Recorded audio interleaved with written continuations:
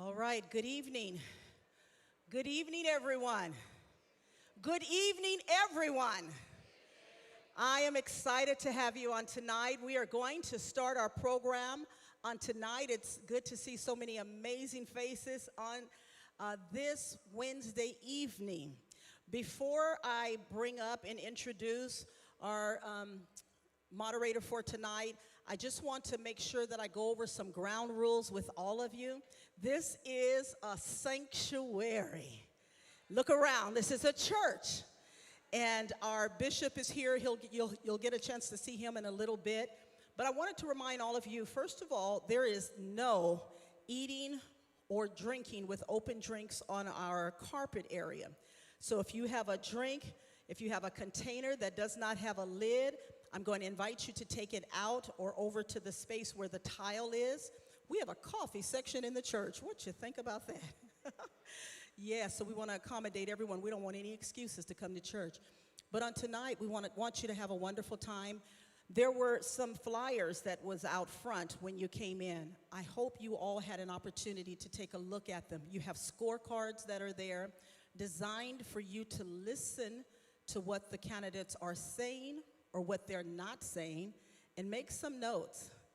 Make a note that says, yes, that's right in alignment with what I believe. Or make a note saying, maybe not for me. But on tonight, if you take those notes, you'll be able to refer back to them and talk to your friends and family. Tonight's being streamed on several channels, on the Victory and Praise Church page on Facebook, on NAACP's page, on BWAPA's face page, and also on Faith in the Valley. So if you do dial in, we'd like for you to share it. We want our communities to be well aware of the choices that they have on today. Our candidates have been briefed with rules. We'd love for you to follow them and be respectful. These candidates are our guests on tonight, and we intend to entreat them and treat them all respectfully. Is that all right? All right, so thank you for coming. I want to call your attention for sure to a free health fair that's coming up. We know there are a lot of health inequities in our communities. There are flyers that's out front. A free, did she say free? She said free. A free health fair where they will be giving out blood pressure cuffs and things for you to check your sugar for free. And there will be a free dinner, and there is a game day. So please read the material. Reading is fundamental, and I think it'll bless you. There's registration that's taking place on tonight through NAACP. There is still time to register if you've not voted. If you don't know where or how to vote, that information is in your packet as well. So I'm Pastor Trina Turner. I am one of your 2020 state commissioners for the state of California that helped to redraw the lines. And I am also, thank you so much, thank you. And I'm also a proud member here at Victory and Praise Church, where my husband, the Honorable Bishop Rufus K. Turner, is our bishop and pastor. Victory and Praise, just so that you know, has been here in the city of Stockton for 29 years, serving the community of Stockton, doing outreach, ensuring that we are working with our children, our youth. We do food pantries. We've given away to many of your organizations food for your events that you have. And we just ask that you continue to keep us in prayer. Remember that we're here. And let's get started with tonight. I think our guests are ready. So at this time, I'd like to invite up Brother Evan Wade from the NAACP. I believe he's their political director. Thank you.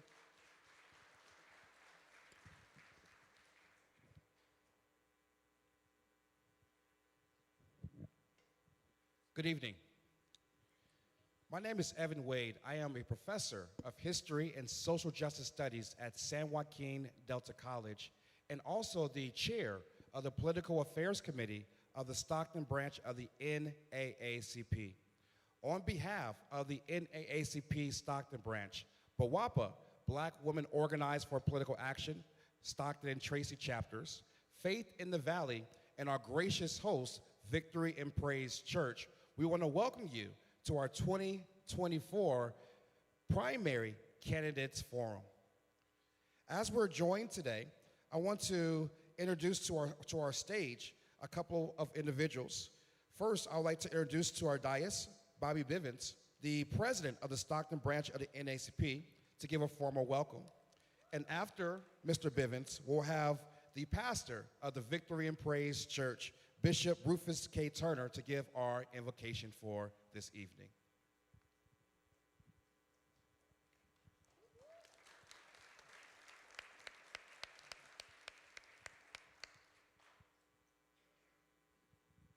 Good evening, everybody. We thank you all for being out here joining us tonight in this education forum so that we can be informed and knowledgeable voters. Almost called him Reverend. Professor Wade really welcomed you, so you don't need to have a second welcome.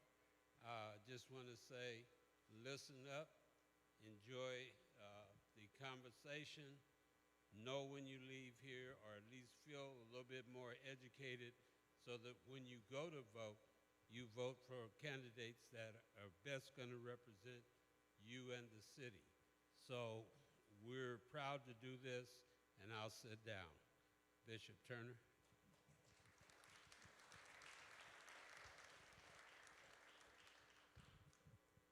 We're going to ask God's presence over this occasion, every head bowed and every eye closed. Father, in the name of Jesus, we glorify you and magnify you for who you are. We thank you for this occasion in which we are gathered here tonight.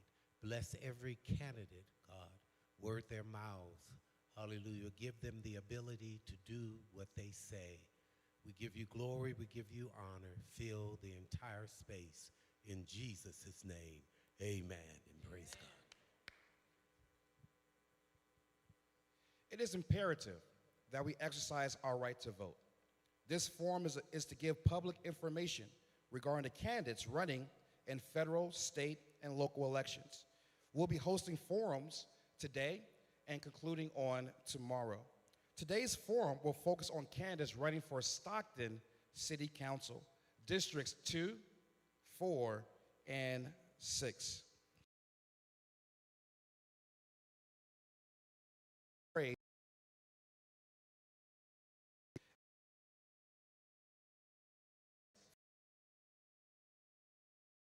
One.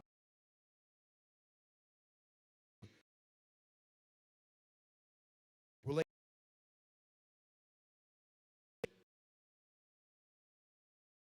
will to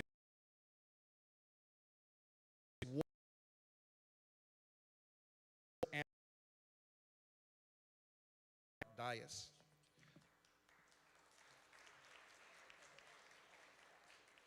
The format for each forum is as follows. Each candidate will give an opening statement of 1 minute, followed by a question-answer period. During the question-answer period, they will have 2 minutes to give a response. And finally, there will be a 2-minute closing statement. We ask that all candidates be respectful of the space that we're in. The African American Church has been and still operates today as a pillar of our community. We ask that all language choices respect this space, which has been so integral to educate the voters of our community. As Pastor Turner mentioned, our forum is being live streamed on Facebook, Victory and Praise Facebook page, NAACP Facebook page, and Faith in the Valley Facebook page. We encourage you to go on to Facebook, like today's forum, and also to forward it onto your page so that more people can be informed about what's going on here at the Victory and Praise Church. At this time, I would like to introduce our moderator for this first race for Stockton City Council District 2. And our moderator for the first race is Reverend Curtis Smith of Faith in the Valley.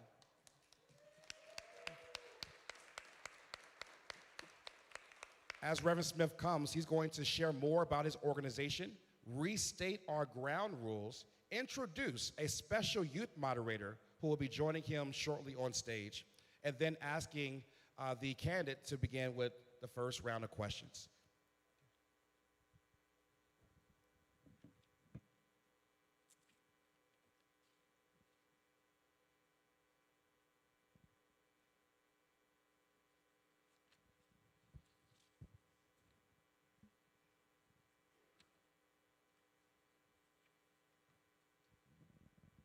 me a lot here. Okay. Good evening, everyone. I'm Pastor of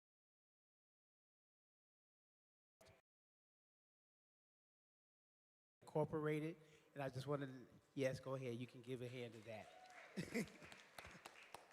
And I wanted to tell you a little bit. Faith in the Valley is a multi-faith, multiracial grassroots coalition of hundreds of congregations, community members, students, and allies. And we're in 5 counties spanning the California Central Valley. Our regional office is located here in Stockton, California. Faith in the Valley builds power among historically excluded communities, amplifying their voices and equipping them to tell their stories to act together for systems and policy change. We're rooted in advancing racial equity. Faith in the Valley is committed to unlocking the power of the people to advance racial and economic justice toward a future free of economic oppression, racism, and discrimination, where everyone lives in a safe and healthy environment and is respected and included and has agency over decisions that shape their lives. So today, we have Mr. Silva here, and we're going to give you 2 minutes to give an opening statement. Thank you, everybody, and thank you for being here. A special thanks to all the wonderful volunteers and the organizers who put events in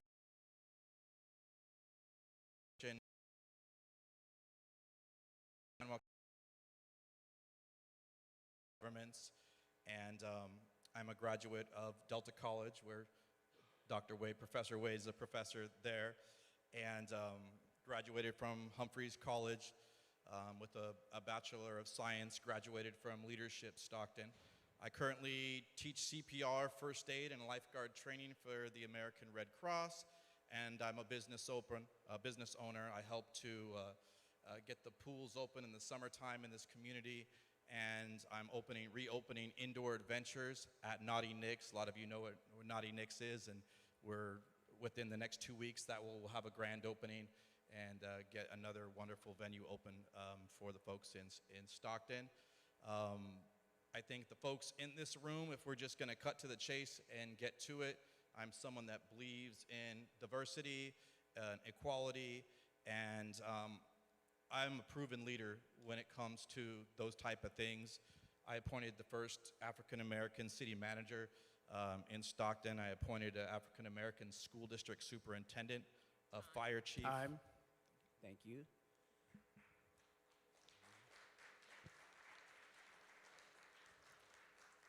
So your first question tonight, Mr. Silva, is how do you plan to engage and involve the African American community in the Kentfield and Sherwood-Weberstown Mall area to make sure their voices are heard on matters of public safety? Well, my door is always open. My phone number hasn't changed in the last 20 years, and it's not going to change anytime soon. People can call me, they can text me, they can email me. Everyone in this room knows I'm accessible, whether you like me or not, or believe in my politics. You know that I'm always down with the folks, especially folks. I grew up in Kelly Drive, and I lived on Filbert and Fremont Street behind Franklin. I've lived in some of the toughest neighborhoods in this city, and I don't mind going out to Kentfield. I've spent a lot of time in a lot of the tough neighborhoods, and we definitely need to get something going there. And one of the things I think would be the summer youth program. We need to bring back to those areas so we can get those young men and young women employed in the summer and make sure the resources they have, the resources they need. Definitely after school programs, but they need other opportunities as well. And I think when we talk about crime later, we're going to talk about how we clean up those areas and we start hiring police officers in Stockton who actually look like us and are loyal to us instead of just coming from other cities and treating us like we're a prison when they come here and guard us and police us. And we'll talk about that in a few minutes. But I think those areas definitely need help. As you know, they closed the Sherwood Mall because the folks that in charge felt like there was a lot of riffraff and they weren't able to control the security and the policing. So it became a corporate decision to add big blocks to take away from the mall. So I definitely think that those areas you talked about are important. Thank you. What will you do to address the discrimination preventing black businesses from moving into Lincoln Center and other commercial zones in District 2? Well, first, I want everyone to know that the business I just told you I was going to open Indoor Adventures at Naughty Nick's. My business partner is an African-American business owner, and Marquise will be, some of you might have heard of Jumpin' Taste Buds that was in the Weberstown Mall. Now he's going to be my partner, Indoor Adventures. So I definitely, when I hear something like that, it's the first time I've heard it. It doesn't sit well with me. A lot of my friends are friends of color and different nationalities. And I know people come up here, especially in election time, and you all know they talk about it. They talk a good game. But it's not the city, unfortunately, people don't want to talk about it, but there's a huge divide. There's a divide between the haves and the have-nots, right? The people in certain areas, Brookside and Spanos Park, they don't really care about things that are going on in Sierra Vista and Conway and Kelly Drive. So there's a divide there. But there's also a racial divide that people don't want to talk about, but people really, really are divided. And so for me and my personality, I sort of gravitate to folks when I look at them and I say, hey, their group of friends, they have Asians and they have Hispanics and they have African Americans in their group of friends. I like that, I respect that, I get that. So I would never, ever sit back, and obviously you guys know Lincoln Center is San Joaquin County, that little pocket right there. City has no formal jurisdiction over it, but I think city council members and whoever the next mayor is can do their part using the bully pulpit, using publicity to make sure that that's not going to be accepted, and that's not cool at all. And we need to help people open businesses in Stockton, because right now the truth is it's really hard. You can't just show up and open a business. It takes a year to get a permit. It's taken almost a year for me to get a permit, to the point where they've wanted me to go bankrupt. That's the truth. Time. Thank you. I would like to invite up to the stage one of our NAACP Stockton Youth Council members, Mr. Caleb Davey.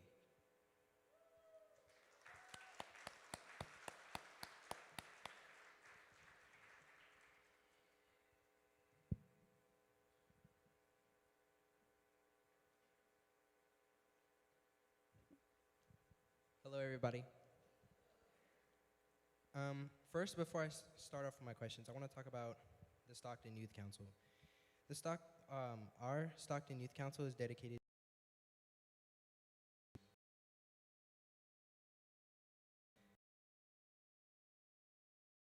to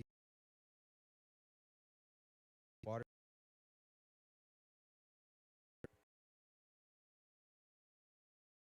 To watch any of my videos on Facebook and Instagram. I am someone that believes, because I've been as part of this organization before, the city of Stockton, that you run from all these different areas, but once you get into the room with everyone, it's all about one Stockton. It really is about one Stockton. Doesn't matter if you came from B Street or D Street, or if you came from Trinity Parkway, or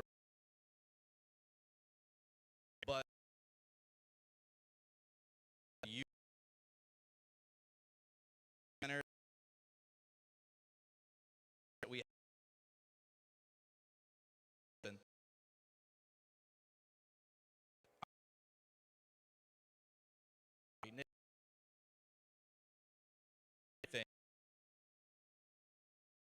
you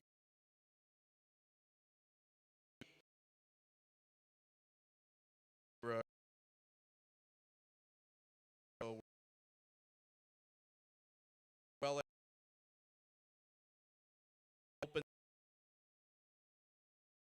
open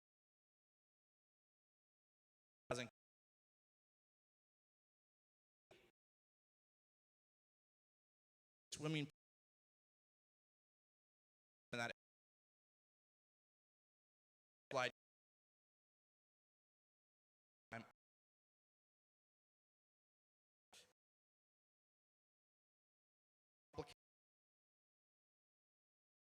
done.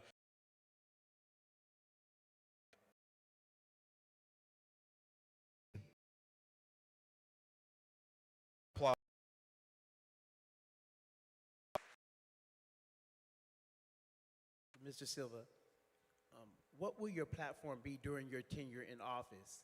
And what partnerships do you envision needing to accomplish this for effective governance? Thank you, sir. Well, I think everybody knows that when I became mayor, I inherited the largest bankrupt city in the United States of America, period. They were laying off cops, people were leaving, the retirees weren't getting paid, and so I quickly came in and led the city out of bankruptcy just with personality and perseverance and relationships. I gave the key to the city to God because I believe in God. I believe in family values. I strengthened the animal shelter. They were euthanizing way too many animals.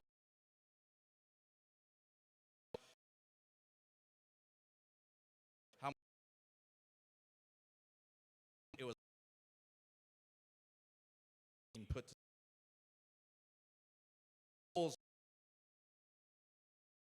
person. I'm a little bit older now. I'm a father again to a young 6-year-old.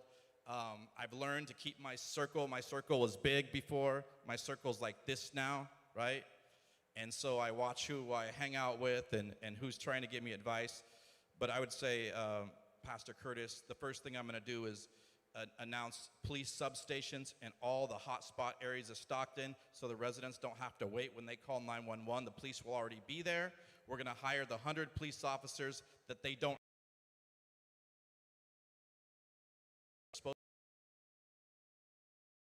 paid from to make, and I'm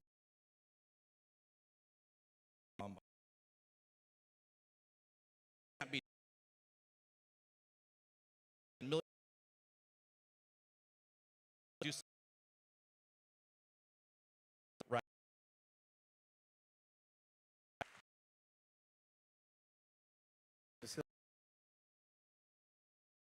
How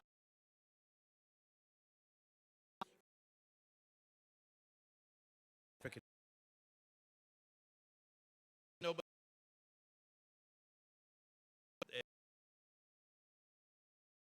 food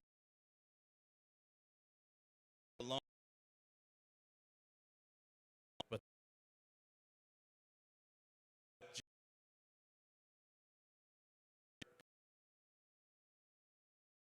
hungry, hungry. Talk trash people. Honestly,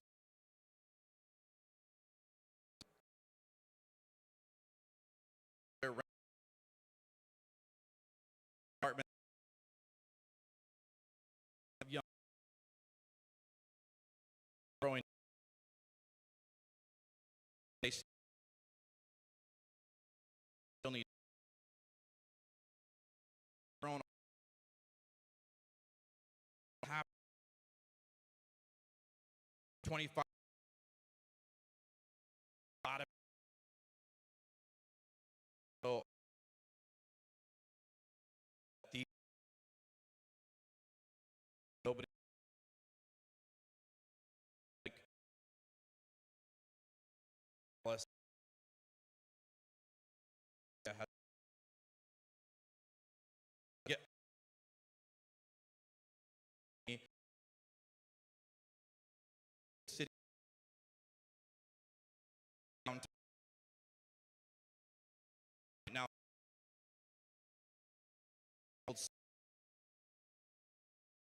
Time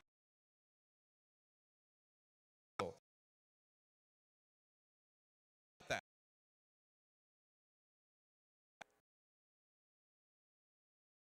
Paul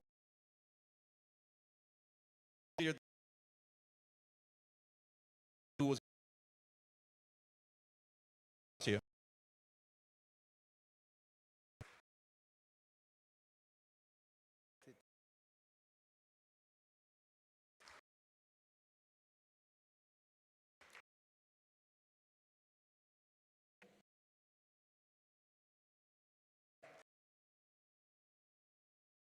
have there and have the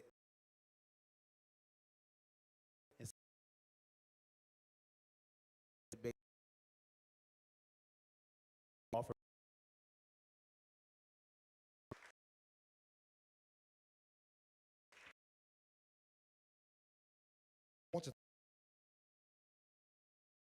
Valley, Mr.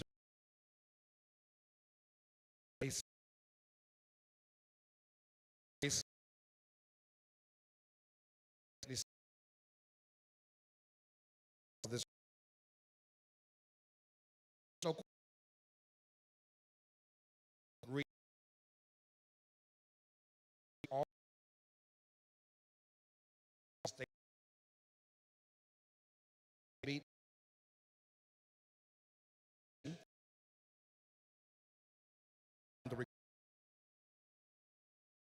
face the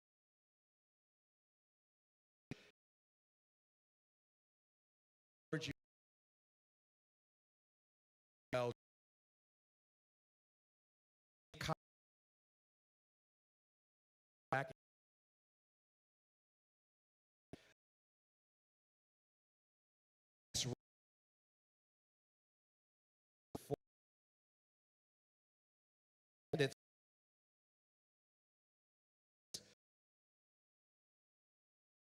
to the we have asked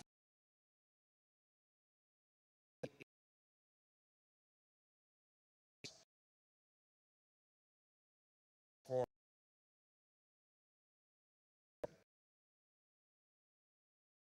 to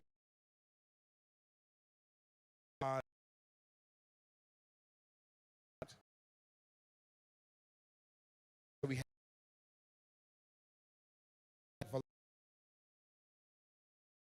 alert come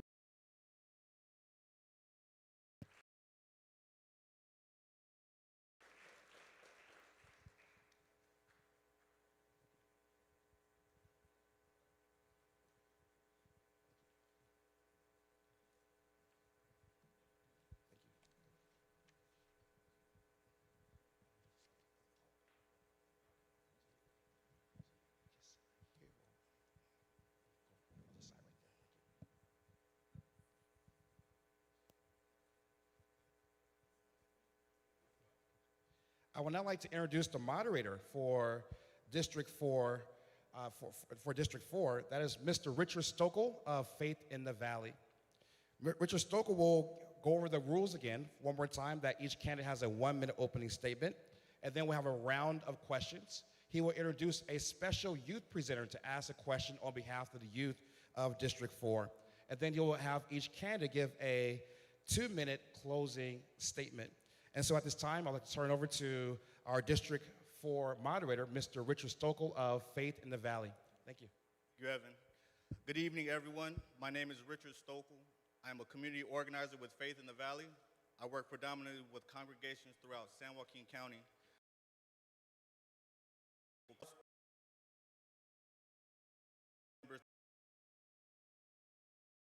Again, or drinks or foul language in the sanctuary, and to be respectful. We will now begin with the 1-minute opening statements, beginning with Mario Enriquez. Well, good evening, everyone. Thank you all for having me. My name is Mario Enriquez. I'm proudly running for City Council District 4. And I'm running because, like many of you, we're tired of seeing the same old leadership that's been happening, or should I say lack of leadership. I'm from the Central Valley.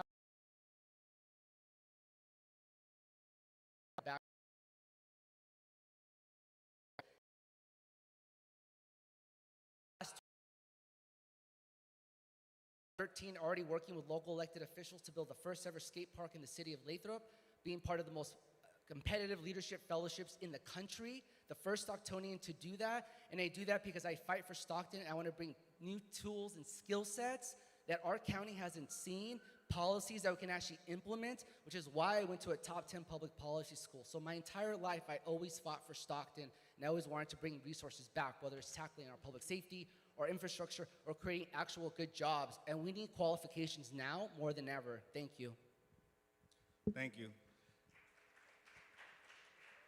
Please hold your responses to the very end. Now we'll move on to Henry Rodriguez. How you guys doing? My name is Henry Rodriguez III. I'm a loving, fearless, and vulnerable leader. My decision to run for City Council District 4 is because of the change that I want in my community. I believe that I could bring the change to my community and the work that I've been doing. I've been a part of creating Drugless Society, which has been doing a lot of work and saving a lot of lives and opening the doors in the past for men and for women who need second chances. And Stockton is a second chance city. And I believe that coming together and working together and putting our heads and our minds together, right, that we can change this city. I'm tired of seeing the same people, the same type of people in our government doing the same type of thing, right? Albert Einstein said, right, insanity is doing the same thing over and expecting a different result. So if we keep putting the same type of people, the same type of political people, right, in these positions, then we're gonna keep seeing the same results. This isn't a stepping stool for me, right? This is my city and I love my city. And I wanna see my city grow and I wanna see my city flourish. Thank you. Gina, you have 2 minutes. Good evening, everyone. I would like to thank BWAPA, Faith in the Valley, Victory and Praise, and the NAACP for having us this evening. My name is Gina Valadez Bracamonte, and my story is very simple. I was a young single mom. I raised 2 children by myself. I was homeless for a short time. Now I'm a homeowner. I've worked for the same company for over 30 years. Over the course of my life, I've always been community-minded. During 2008, during the Great Recession, I wanted to help my community and give back. I raised $350 from a garage sale, and I founded Bread of Life. Bread of Life provides grocery assistance to residents in the San Joaquin County and in Stockton. During the pandemic, we provided groceries to more than 10,000 residents just in Stockton alone. City Council is my next step to service. Thank you. Thank you. For each question tonight, you will have 2 minutes to answer. We will begin with candidate Bracamontes, and the question read as follows. Would you be in favor of establishing a policy that would prevent undue evictions of low-income people and price gouging in fourplexes or greater? Would I be in favor of a policy that, could you repeat what you said? Would you be in favor of establishing a policy that would prevent undue evictions of low-income people and price gouging in fourplexes or greater? Yes, I would be in favor of that. I don't believe that people should be evicted without reason.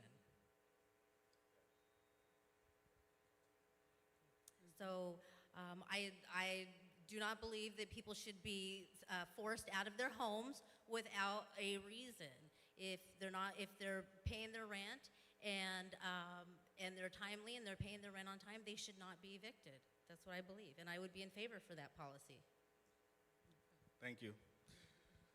Same question for you. I can reread the question. Yeah, read that. What was that? Would you be in favor of establishing a policy that would prevent undue evictions of low-income people and price gouging in fourplexes or greater? Absolutely not.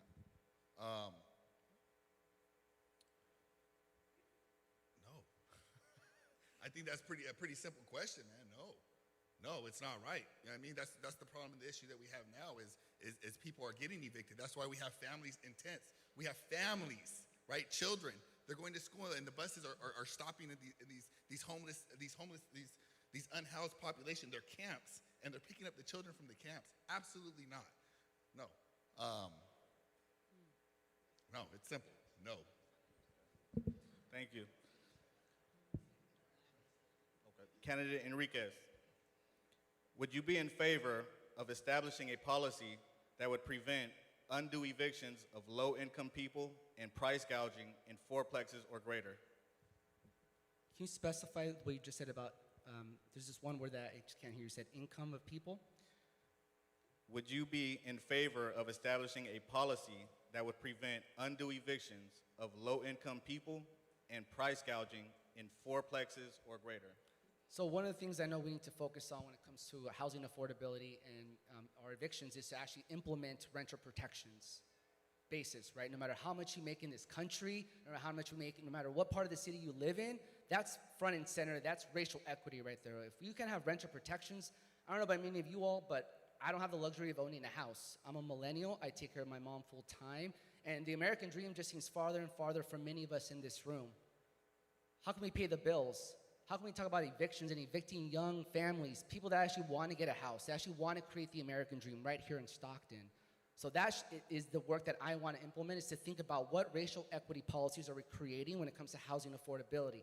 Whether, no matter how old you are, whether you just graduated from college, you just got an apprenticeship, or whether you're elderly that's living in this community. That's what I'm thinking about when it comes to these issues and these policies. So not just renter protections, but I'm also thinking about how we can actually buy a home. What's the actual clear pathway to do that for all of communities of color, particularly black and brown communities? For those that don't know, I actually lost my home in 2006. My dad's a cement mason. My mom was a caregiver and a stay-at-home mom at the time. And due to the recession, right when I was about to start at UOP, we lost our home. It was the people of Stockton, folks that look like us in this space, that came to our time of need, helped us put ourselves into our storage space. So to me, this issue is personal. Housing is a human right, and this has always been personal in the work that I do, and know that I'm always gonna be a fighter for you. So when we have new policies or questions that you just asked, I'm gonna ask, how is this centering racial justice? How is this raising economic justice for our communities? And that's what I intend to do as your next city council member. Thank you. Thank you. The second question reads as follows, and we will begin with candidate Rodriguez. How do you plan to promote economic empowerment and create opportunities for residents in the historic African American communities of Market, Filbert, and Greenwood?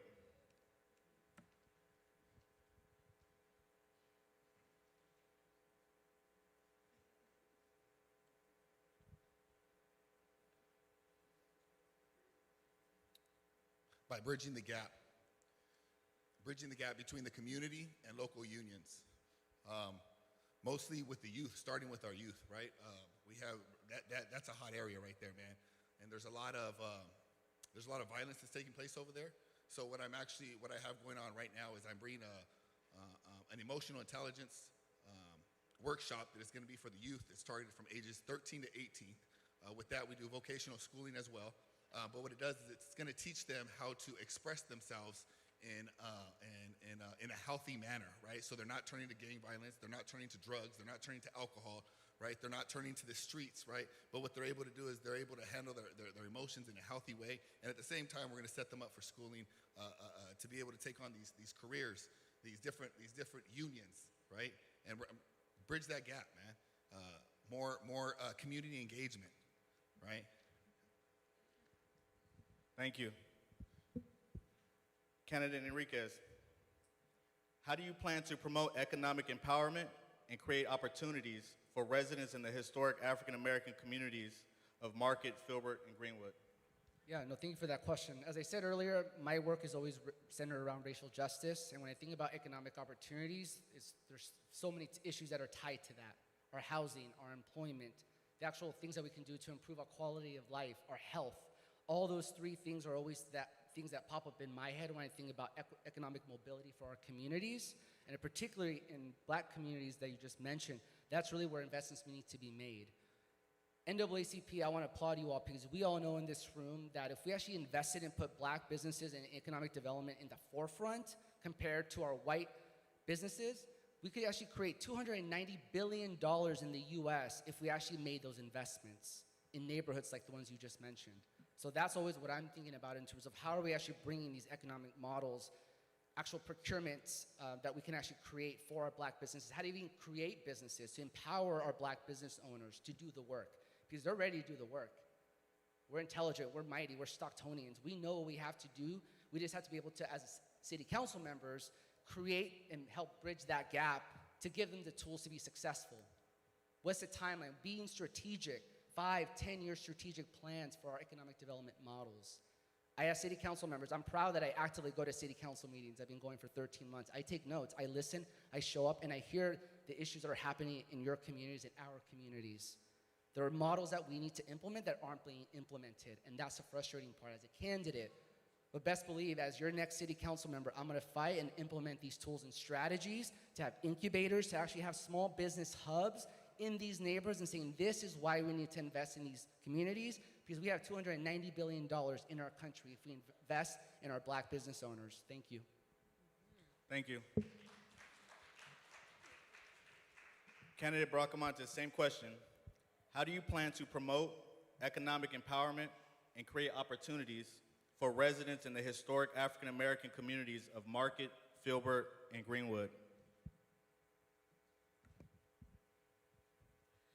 Well, I believe that it starts by cleaning up our city.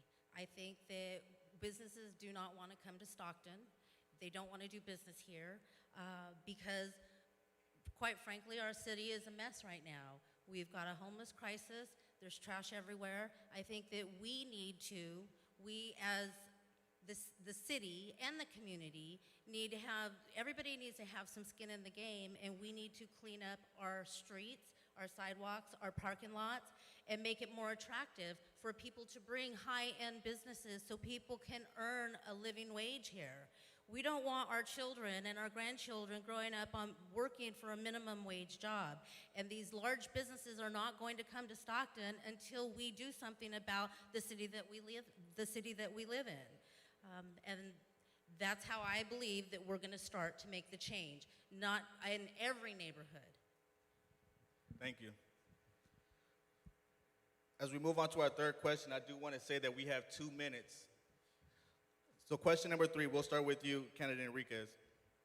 How do you intend to secure funding for infrastructures, projects, and what strategies will you employ to ensure that the allocation of resources is both efficient and equitable? Yeah, no, of course. Thank you for that question. Infrastructure is key and vital to how we move about our city. When we think about our healthcare, how we can get to a job, our roads, our highways, the investments that we're making to get from one place to another, even as something as micro as potholes. I look at our federal models, our state models, and there are resources and money that's just sitting that's not being utilized at the federal and state level. There are ways that as a council member, if elected, I can be that facilitator to have those tough questions. I know how to lobby for dollars. I know how to fight for you to ensure that we have the funds necessary to build out good infrastructure. I've had the chance that I've been able to live in different cities, gain best practices, how other cities use their funding to improve their roads and their infrastructure. Not only have I lived in those cities, but I've been involved in those governments, those city governments, those state governments, Washington, D.C., Capitol Hill, City of Pittsburgh, Pennsylvania, gaining best practices along the way, always thinking of Stockton in mind. So there's funding and there's ways we can bring that, but it always has to be centered on our communities, you and what you want. But one thing I'm also thinking about is, as a facilitator, I want to be an active listener. How can I listen to you? What are the needs that you want? And what are the things that we really need to address at the forefront when it comes to infrastructure? Whether it's creating more bike lanes, thinking about our air quality, let's get more bike lanes. We think about our speeding laws. No matter where you are in the city, we hear all the stories of speeding. I've knocked on 7,000 houses, and that is something that I specifically hear in District 4, but also throughout all of Stockton. So I'm ready to work with our county supervisors, our state elected officials, go to Sacramento, demand dollars, and also go to Washington. Like many of you all know, city council members actually go to Washington, D.C., and I've had the fortune to actually get money secured at the federal level, the state level in Sacramento, and right here in Stockton. Thank you. Thank you. Candidate Rodriguez, same question. How do you intend to secure funding for infrastructure projects, and what strategies will you employ to ensure that the allocations of resources is both efficient and equitable?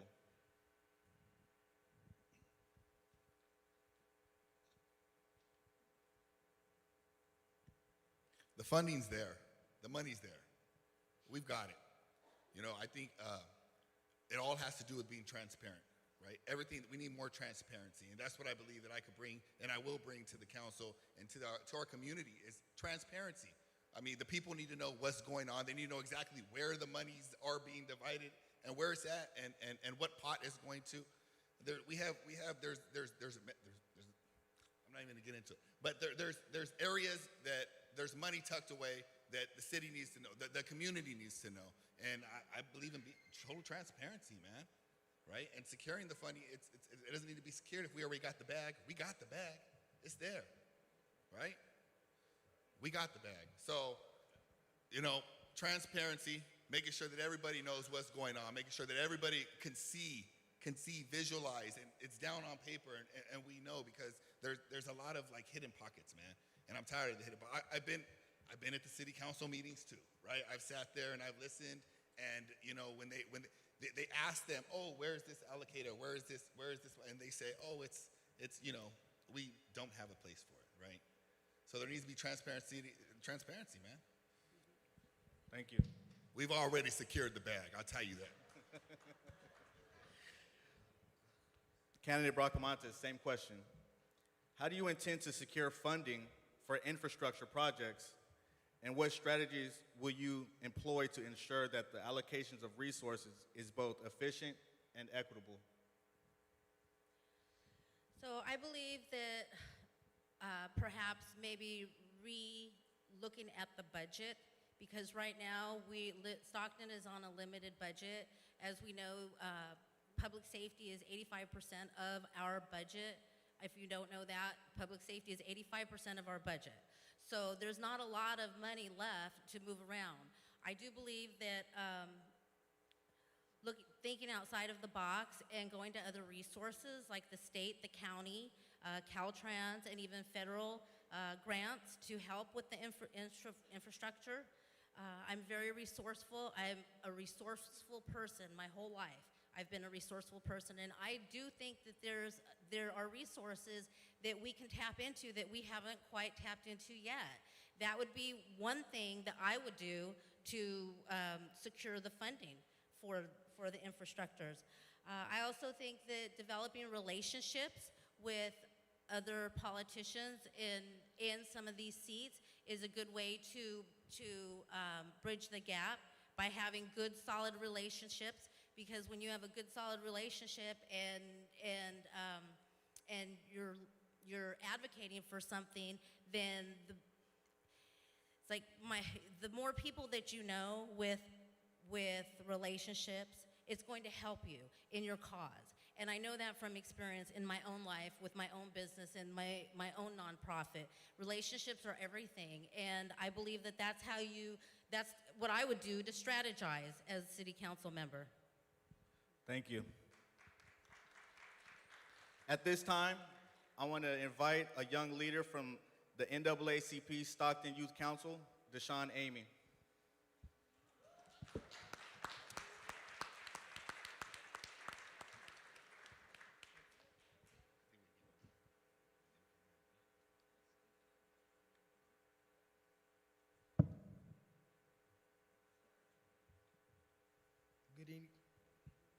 Good evening, everyone. My name is Deshaun Amy, and I attend Edison High School. I'm an NAACP Youth Council member, and my question is to you. What is your plan to bring youth, my fault. What is your long-term plan to include the youth? Can you repeat the question? What is your long-term plan to include the youth? Candidate Enriquez. Thank you again for that question, and thank you for your leadership. Youth development is at my core. As I mentioned earlier, at 13, I was already a part of the Youth Advisory Commission, so I already want to work with our Stockton Youth Advisory Commission to actually implement and inspire our young people to create new skate parks, new facilities, going back to facilities that aren't being utilized, that are just left with blight. So I want to work with our youth, and also over the last 23 years, whether it was working for the largest Latino civil rights organization, working hand in hand with the NAACP and the National Urban League, working with our young black men and brown men of color, we worked with them to inspire them. I led national conferences for our black and brown youth. That way they gained the skills necessary, the skills that I learned along the way, the mentors that believed in me. I've always mentored the way and kept that door open. So there's so many clear pathways that we can utilize. There at the national level, when we're working hand in hand with all of these national civil rights organizations, whether it was the conferences, leading rallies, we were always intentional with how we can create that pipeline to say, what do you want to be in your life? Do you want to go to college? Do you want to get an apprenticeship? I've led summer programs over the years from wide range of folks, from Washington, D.C. to Oakland in the Bay, overnight programs. And every time I think about what do I want young people to learn that I didn't learn when I was their age, that's the mindset I always think of when I think about the work. So and I love to continue the conversation about what you want to do and what you want to get out and what skill sets, right? We all have strengths and challenges. What are your areas of growth? And that's what I ask all my students. I'm a professor of civic leadership. I ask all my students that. When I think about when I worked also training LGBTQ women, people of color to run for elected office, I brought young people to Capitol Hill to work for members of Congress that saw potential in them and believed in them. So I know how to create those youth leadership programs in various states, but I also know how to create the long-term strategic plan for our youth, and that's what I want to do here in Stockton and work with you and your group. So thank you. Candidate Rodriguez, same question. Would you like him to repeat the question? Rodriguez. No, I think I'm good. Well, I too believe in youth. I've raised 2 children. I have a bonus child, and I have 12 grandchildren, and youth are very important. We have to invest in our children. Children are our future, and that is number one. One thing that I believe that council could bring is perhaps a internship into how city government works. A lot of people that I've spoke to, I've been knocking on doors since July, and I spoke to a lot of people, and surprisingly, people don't understand how city government works. I think that that would be an asset to our city, to our youth, to our future leaders, so they would understand the process of how it works. That would be one thing that I would do. I believe also, or that I would advocate for, I believe also I would advocate for recreational. I know that we have after-school programs now, but to keep our youth busy, idle time is not good for me, and it's not good for our young adults either, our young children, or our young people. I would advocate for more involvement in the after-school programs and perhaps some tutoring. I've had to pay for tutoring for one of my grandchildren once, and it's expensive, but if the child needs the help, then it should be available, and I think that's something that the city can work for. That's something I would advocate for our students, and that is my answer. Thank you, Ms. Bracamonte. Mr. Rodriguez, same question.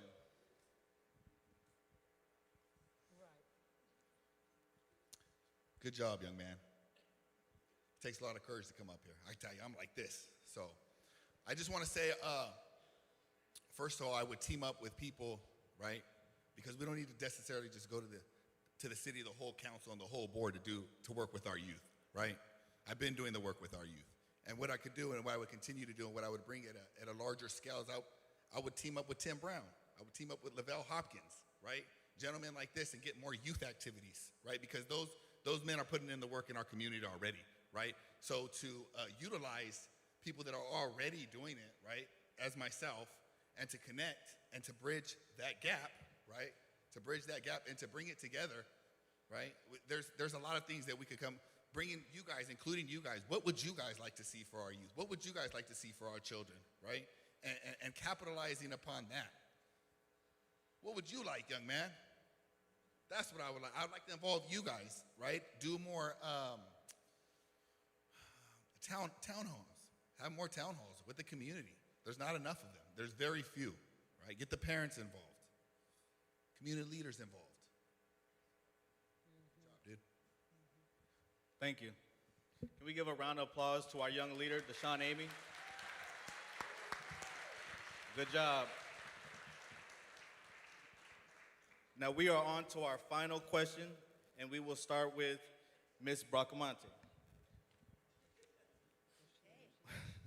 What will your platform be during your tenure in office? And what partnership do you envision needing to accomplish this for effective governance? What would my platform be when I take office? And the second part is? What partnership do you envision needing to accomplish this for effective governance? What partnership? So my platform is very simple. It is again, I've been knocking on doors since July, and this is what the people of Stockton are telling me. Public safety, homelessness, and economic opportunities. First and foremost, if you do not feel safe in your city, why would you want to be here? I do know that the city of Stockton has just revisited Measure A that was approved, and that there's money available for 60 more law enforcement officers as opposed to the 120 that they were shooting for prior. I know that the incentives have increased. I know that the city has already had a positive response to the Measure A, and that law enforcement officers are coming back, and some of them are being hired now. So that would be my platform, public safety. Homelessness, it falls under that. I also believe that the city can reach out to more resources. They're doing a great job with St. Mary's, and that's a start. The low barrier shelters are a start. There needs to be wraparound programs, and St. Mary's has that. But there's other programs available, like Inner City Action, who's had a lot of success in Manteca and Lodi. I think working with a nonprofit such as Inner City Action and also the Rescue Gospel Mission would be another way to help provide beds for the homeless community. I know that there was a count taken on the 29th, so I'm eager to find out what the numbers are. And the economic development, the economic time. Thank you. Same question for you, Mr. Rodriguez. What will your platform be during your tenure in office, and what partnership do you envision needing to accomplish this for effective governance? Like my friend, right? Door knocking, it's the same things that come up, man. It's public safety, it's placement for the unhoused, and economic development, right? When it comes to public safety, right? I deal with criminals on a daily basis. That's what I do, right? I have a nonprofit, it's Drugless Society, and what we do is we help restructure the way that people like me once thought, right? The way that I used to think, right? And I mean, that's helping reform them, man. Right? The crime, picking them up off the streets, right? That's the homeless, right? The unhoused, excuse me, that's the new term for it. The unhoused, right? Helping the unhoused. I do that every day as well. I have a home for women and women with children. I first developed 2 men's homes, active change recovery homes. I was getting the contracts with the county and with drug courts and behavioral health and CDCC. And the women counselors there reached out to me and said, we have a dire need for women and women with children. So I started Sutter House of Hope, and it's thriving, right? And we're taking women, we're taking families off of the streets. Just recently got connected with CPS, so we're helping with the restoration of the families, right? Believing in placing God first in our community, and believing that if we work this around God and we center our lives around God, then he's going to continue to do the work for us. The economic development, the vocational schooling, man. For me, that's where it's at, and that's going to be because not only is it going to help our youth, right? It's going to help the formerly incarcerated, and you don't even have to be incarcerated. It could be anybody, man. If you're having a hard time finding a job, right? There's plenty of trades. Like, business is booming. Buildings are going up. You see it all over. We see it all over, man. So the vocational schooling and supporting our small businesses. Supporting our small businesses here, right? Working from within and not necessarily bring from without. Thank you. Brother Richard, before you go to the last question, there is a car, I apologize for the interruption, that has to move now. The license plates are 7XEV222. It is imperative that you move your car now. Thank you.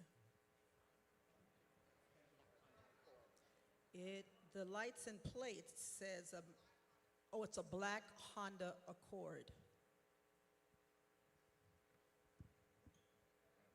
All right. Thank you, Pastor Trina. And the last question and the last answer is for Mario Enriquez.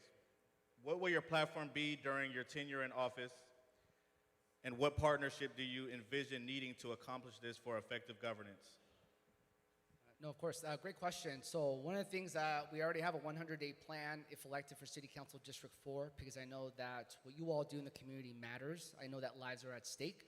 When we talk about public safety, that matters. When we talk about homelessness, our house community, that matters. Our infrastructure, that matters. And our employment, that matters. I want to focus primarily on transparency, being able to bridge that divide between our local government, our state leaders, and what's happening on the ground. And also tackling those micro issues, right? We can talk about the big priorities. Of course, that's important.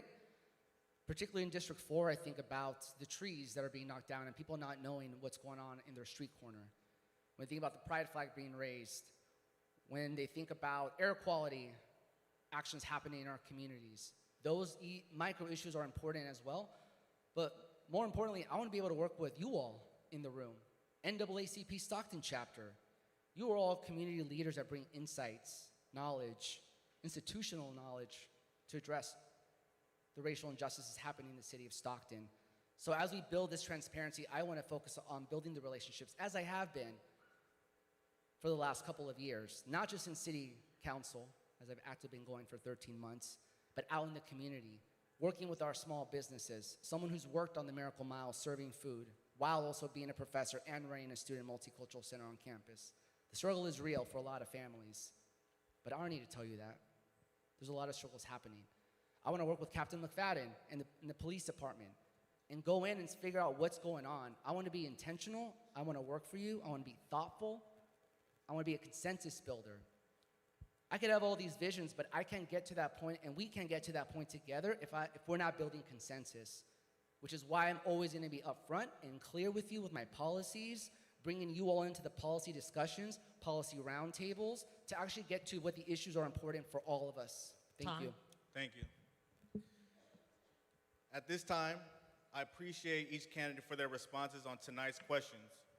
We will begin with candidate Rodriguez for our 2-minute closing statements.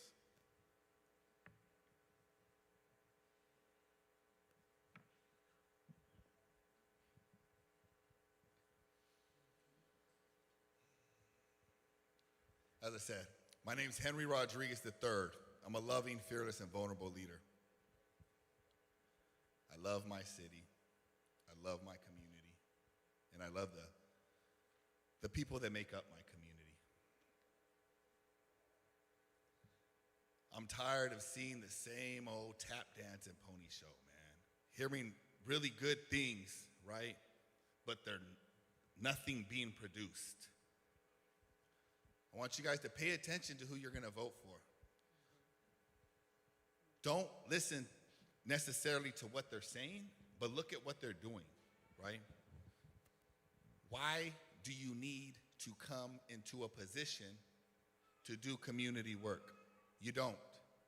I've been doing the community work. I'm involved. My boots are to the ground, right? I could go on any side of Stockton. I can go in areas that our OVP, Office of Violence Prevention, can't go into, right? Because I am Stockton. I am the people of Stockton. I am you guys are me. We are each other, right? I'm not a politician, right? What I am is I'm a concerned community member that's ready to make a change in our community. I believe in proper service. Proper service is doing the right things for the right reasons no matter what, even when it's hard, right? Even when it's hard, we still do the right things for the right reason. So I'm here to serve you guys. I'm one of you guys, right? I'm for us, by us, right? I love my community, and I want to serve you guys. And I know I am the best candidate. So vote Henry Ford, District 4. Thank you. Candidate Enriquez, your 2-minute closing statement. First, I just want to thank the NAACP chapter, Stockton branch, Black Women Organized for Political Action, Faith in the Valley, and Victory and Praise Church. Thank you for all that you do and your leadership. As I said during this discussion, to me, this has always been personal. Youth leadership, the next generation of leaders to step up and represent our communities, who are actually going to fight for our communities, those are the leaders we need. And that's what I've been fighting for my entire life. The Stockton community has always been there for my mom and I, and we're always going to be there with you. All that I've done in my last 23 years since I was 13 has always been Stockton front and center. You all have always been my North Star. Whether it was being alone in a city, being part of a program, I always ask myself, this is for Stockton, this is for Stockton. I'm learning to give back to my community. When we talk about youth investment, we want our young people to go out into the world, learn and grow, bring new insights. Because trust me, wherever I went in the country, I was tired when people just said, California is just Los Angeles and San Francisco. I said, no, it's not. There's a breadbasket of America, the Central Valley, land of opportunity. The breadbasket of America, and I've always thought about the Central Valley. I've always been invested in what I'm fighting for, but you all have always been front and center in the work that I do as a community member. Whether it's with our youth development, our government, what good governance actually is. Let's get back to basics. I'm not here for the drama or to fight. I'm a consensus builder. I deliver results. And if you look at my track record, everything I've done has produced a vision, has produced actual tangible results. And every single thing that I've done has always invested in our young people. And I'm ready to work with you hand in hand to actually get good governance happening for our district and for the city of Stockton and for the entire county. Thank you. Thank you. Candidate Bracamonte, your 2-minute closing statement. I want to say thank you to everybody for coming out this rainy evening. I believe that I am the best candidate for District 4. And the reason I believe that I'm the best candidate is because I love my community also. We all do. I want to serve my community. I've spent a lifetime serving my community. Bread of Life was formed in 2008, but that's not when I began. My service goes way, way, way back. And if you knew how old I was, you would know it goes back a long way. I do it because I love people. I'm passionate about people, and I'm driven. My business background and my nonprofit background, I believe, gives me the advantage. It gives me the experience that I will need to make sound decisions on council. I have a proven record with Bread of Life. I started with $350 at a garage sale, but what I didn't tell you earlier was Bread of Life now provides over $4 million of grocery assistance into this community. I did all that by delegating. I'm a good manager. I can run my business well. I did it with two paid employees. I'm a problem solver. I have common sense, I'm smart, and I'm prudent. Remember to vote, and I hope you will remember me when you fill out your ballots. I am the best candidate for District 4. Thank you very much. I want to thank each candidate for accepting the invitation and coming out tonight and showing up for your community. Thank you.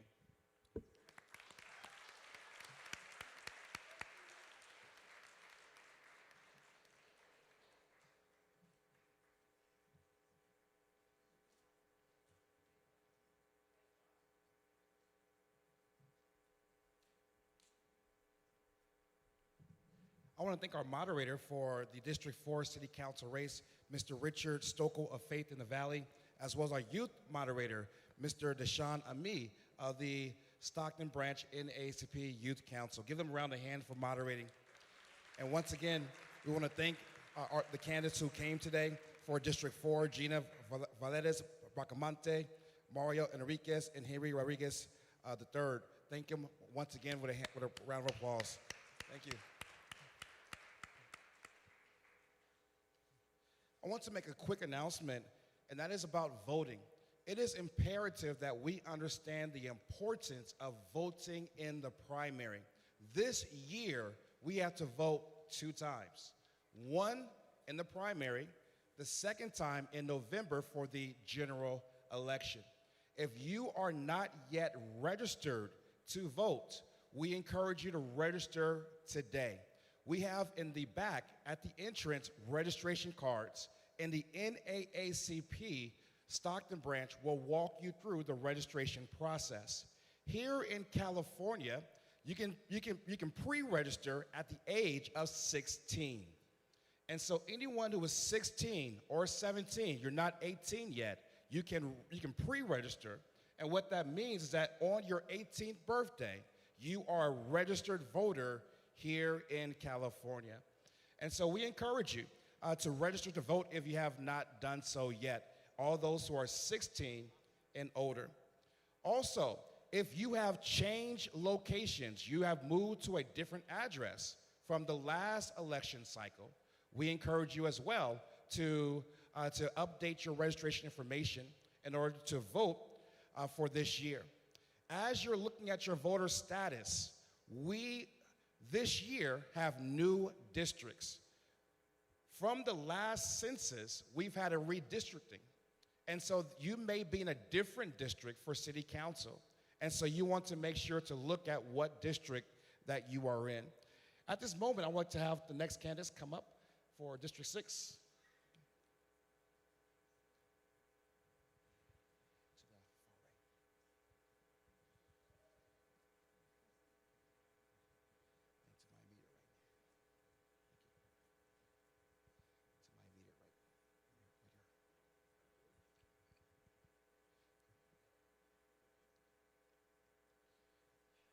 For our District 6 race, we have 3 candidates present: Ms. Kimberly Wormsley, Ralph White, and Jason Lee. Okay. Please clap it up.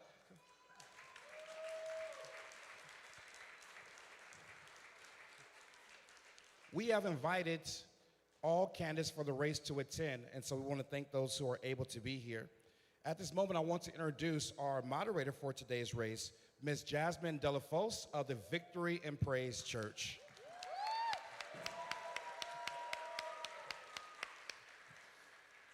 Ms. Jasmine Delafos will go over the ground rules for this race, that each candidate has a 1-minute opening statement, and then for each round of question, each candidate has a 2-minute response.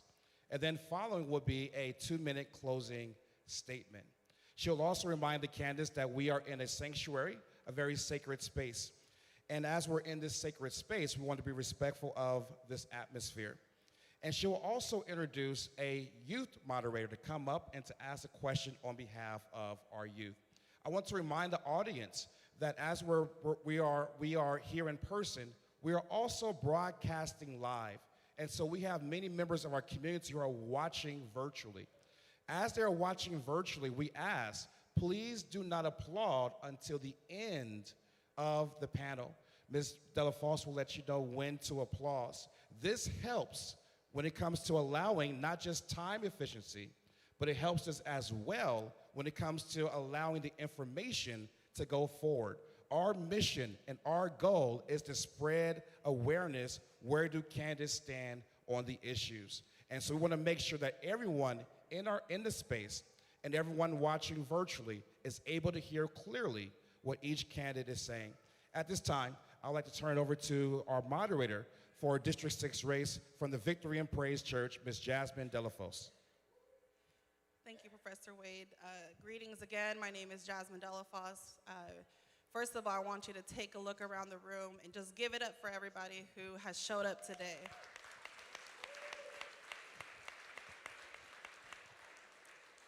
My name is Jasmine Delafos. I am a proud member of the Victory and Praise Church and also a member of our social justice team at Victory and Praise.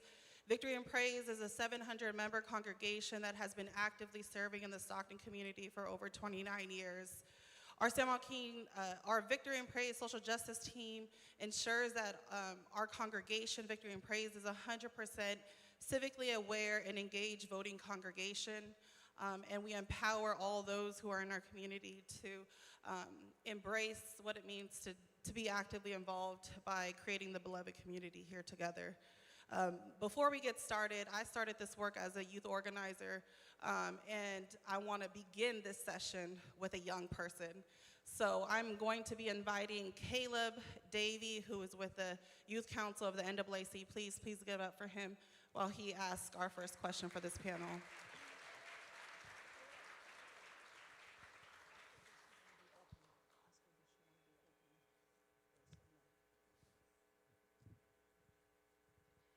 Good evening, everyone, again.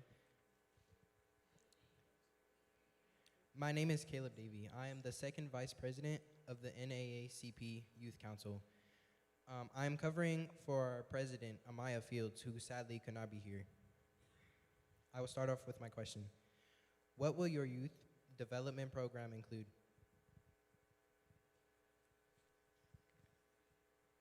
Sorry, if you could just repeat that one more time. What will your youth development program include? Sorry, we're going to pause. That was my mistake. Of course, I would do that. We are going to start off with a 1-minute opening statement. And as we do that, I will begin with Ms. Kimberly Wormsley. Thank you very much to the organizers here today. My name is Kimberly Wormsley. I'm a council member. I'm also the vice mayor of the city of Stockton. I am running for re-election for District 6. I'm a mother, I'm an advocate, and I'm a survivor.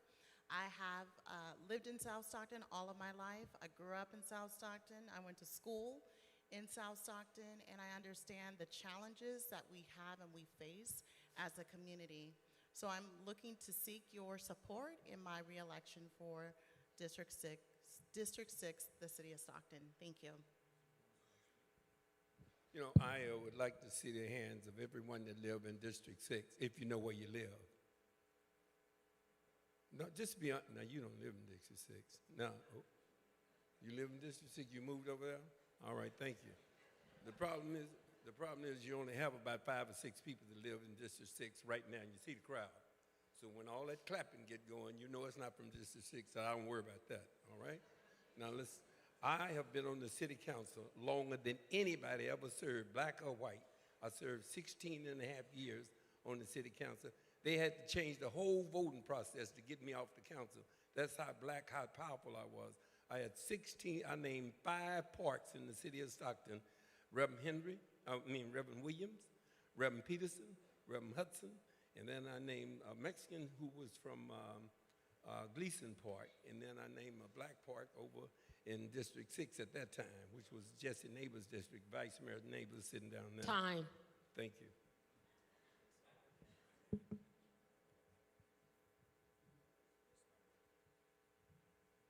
Testing, okay, there we go. Good evening, my name is Jason Lee, and I'm an entrepreneur, businessman, philanthropist, very active community organizer, and have done a lot of work in my time.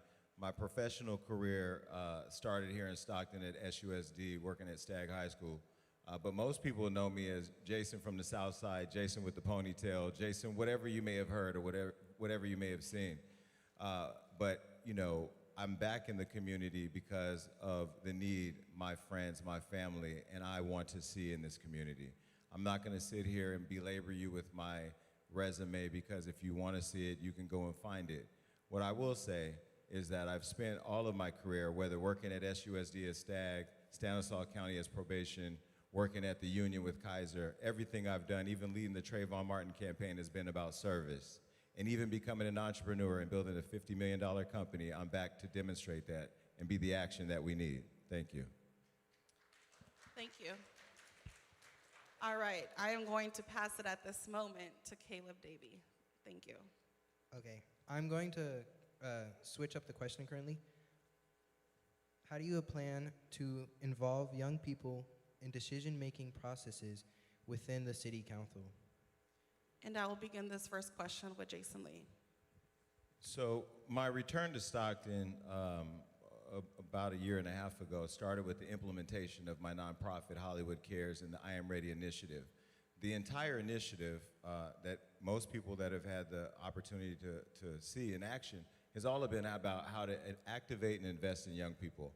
Young people are the most underinvested thing in this community and have been for a long time, because what dominates in this industry are the pool of developers on the north side of town, and the strategic oppression of black and brown people has been a pandemic in this city for years. So when I came back and I chose Stockton to launch my nonprofit, I partnered with a lot of community leaders, a lot of community activists, and people to go deep into finding the youth that wanted to step up and lead. Our entire organization is built on youth leadership civic engagement, teaching them financial literacy, showing them that you can be cool and swagged out, but you got to get active in your community if you want people that look like you to be able to live out their full lives. What I've demonstrated my entire career, regardless of what you think about my content, is that you can go from living on South Scribner and sit at City Hall, be cool, get on the phone with Cardi B, but you can also go to the White House and tell them that your community needs money. And what I will say is that youth, you being here tonight, being the example, you standing there tonight, but one day you're gonna see me come here and tell people they should elect me to lead, so that way I can show you that you can go from asking questions to sitting at City Hall and making policies so that young people can continue to live out their life. You know, what I will say is that I've been listening to a lot of the comments from the stage from other cities, or other seats or whatever. This is not a game. We're talking about the lives of young people, the folks that are not young anymore like me, but still want to continue to live out the best life that they can, and want to be able to see that their community will invest in them as much as you've invested in it. And so when I lead, a lot of things are going to be a lot different in this city. Thank you. Ralph White. Thank you. I served, as I said a few minutes ago, this city is no joke. And one thing black folks understand in Brown, always tell the truth. That's what gets us all messed up right now. The reason why this young boy come over here, back to Stockton, 2 months ago, 2 months ago, he come back to Stockton. We have to look what we're going from here with people who have done something, who've been here, who've been registered to vote. He only registered to vote on October the 16th. So now you have to understand, you're dealing with a multi-billion-dollar corporation, and you've never served on the board. The only person who knows something about it is her and me. She's been there 8 years. I've been there. I was there 16 and a half years.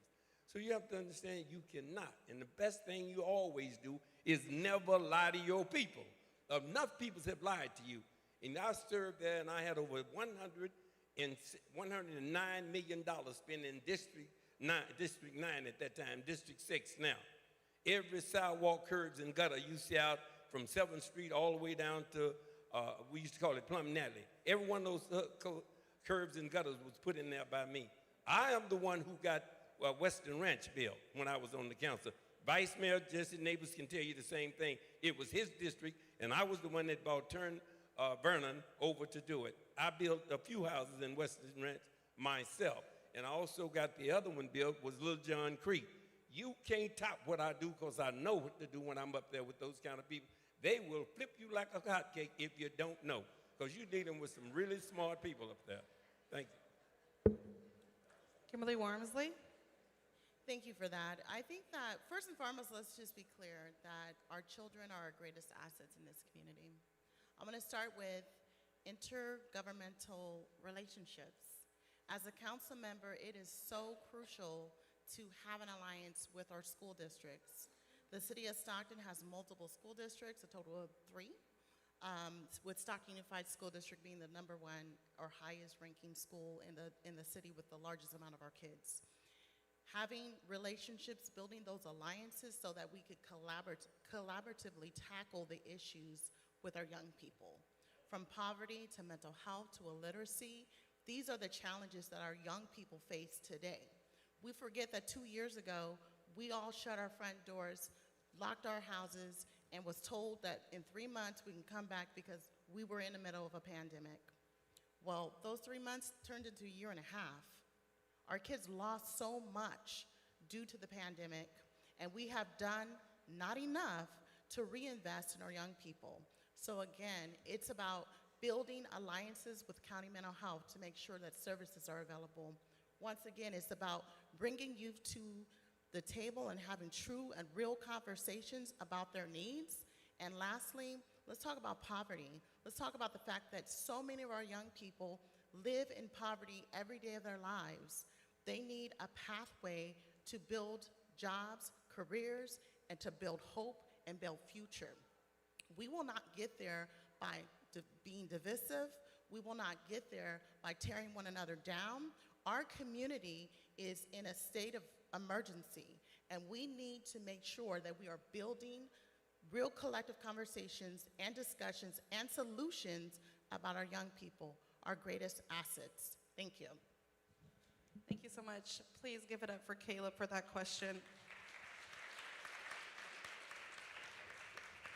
All right, I will begin a series of questions. I will be asking 4 questions. You will have 2 minutes to answer each question. I will let the candidate know who will go first in that order. Again, there are no foods or liquids in the sanctuary. And as a reminder to the candidates and folks in the audience, please respect this sanctuary, no foul language, and please be respectful of the sanctuary.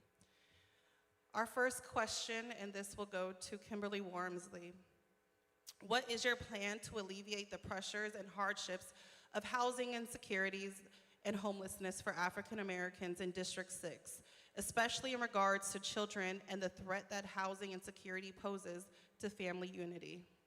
Thank you for that question. I think that the city of Stockton in the Central Valley, we face one of the harshest housing challenges in the state, and that's because we're in the Central Valley, and that's because we have a lot of people from the Bay Area who are making a lot more money than Stocktonians, and we are at odds with, making sure that we have access to affordable housing.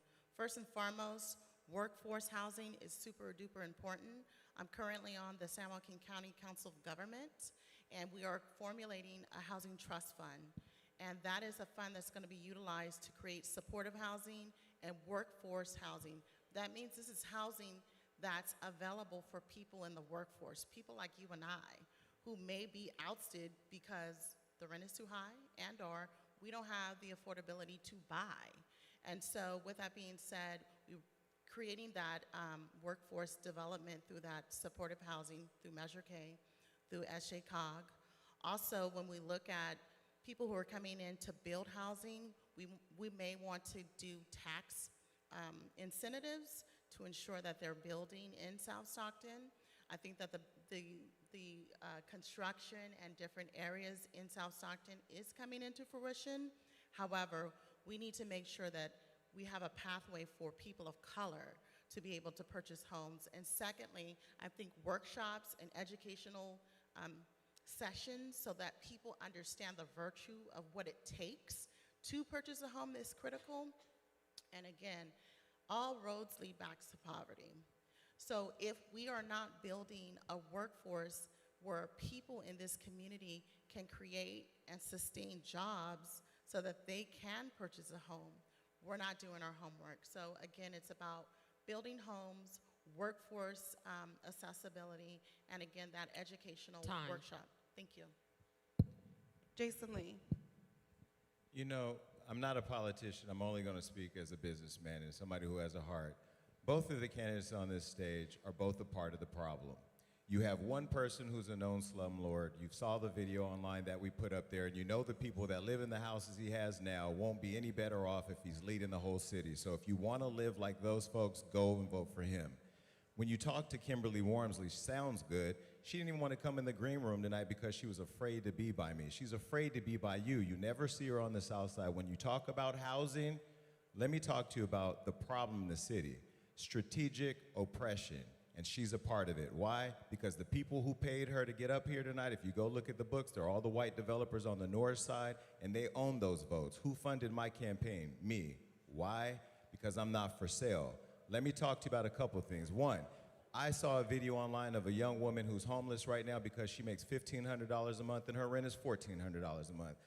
Why is it that there aren't good paying jobs in this community? Why are they not building a relationship with Hollywood where I exist to sell the arena so you're not paying for an underutilized facility to people who can reroute tourism here and bring in jobs that can be done locally? Why not have Hollywood, who's fleeting to Atlanta, come here and build here and create jobs here by giving them tax credits? Why not create subsidies for developers in Los Angeles and New York or Abu Dhabi, people that I have relationships with, who can come here and be able to build with tax credits as long as they hire locally and give you better paying jobs? Stop accepting the rhetoric that makes you believe they're going to give you something when you know as soon as you give them a job like you gave Kim, she's going to go down there and politic to become the vice mayor. And guess what? Your life's still going to suck because her life just keeps getting better and his house keeps getting bigger and you keep getting broke. You deserve better, and we're going to get it when you put me in that office. To the end. Just as a reminder, please hold your applauses to the end of the question. Ralph White. said I wasn't going to lie to y'all, right? Now, do y'all want me to lie to you? Tell the truth. That man is broke as hell over there. Every darn, he talking about $50 million. He had 18 organizations. 18 organizations is bankrupt, all of them in different names. Everyone that he did, everyone that he did Please, got, no comment. everyone that he have right here on this list that he's bankrupt and got money off each one of them with different kind of names, but they're all here. The only one that's still out of this 18 right now is trying to go is I'm Ready Foundation. And I don't know if it's ready to go broke or ready to make y'all go broke. But see, as long as I've been in this town, I have 46 homes that I own. And out of the 46 homes that I own, it's not the dog house. It's the dog that live in the house that mess up the house.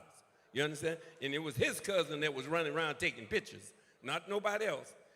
Some of my houses, I have as many as 3 families because we don't have any houses. When I was on the council and the Vice Mayor Neighbors was on the council, we was doing 100 houses a week. You're not doing 100 houses a year right now in Stockton. They're building more houses in Lathrop, in Manteca, in Trace, everything but Stockton, because your leadership is not where it was when I was there. And that was because my area, I made darn sure. As I told you a few minutes ago, I made the city spend $109 million in my district. I got over 3,817 people in Stockton look some like me, and then some look a little lighter than me. But we all got jobs in my district, and all of you know it. I had the group home for all the kids that all the kids can go to. See, I'm not going to sit up here and holler about kids. It's you grown folks got to look out for your kids. In some of my houses, I have the mother and the father in the garage, and the daughter with her 3 kids, and some of them with 2 or 3 kids in another bedroom and a 3-bedroom. So here's what's going to happen tonight in the House. Here's what's going to happen. I have so much respect and love for each of these candidates that's here tonight, and as I'm sure many of you do as well, which is why they were able to get to the position that they are tonight. But tonight we came so they can answer the questions on the paper so that we will know where your heart is and how you intend to lead this amazing city. And so regardless of how you feel about each other, I am going to once again request that you respect each other.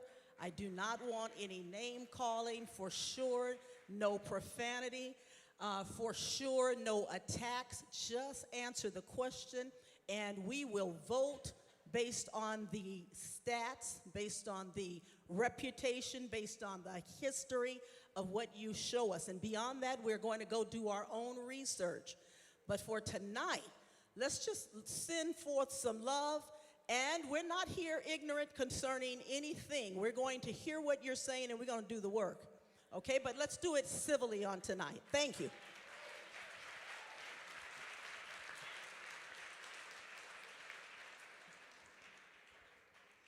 Thank you so much.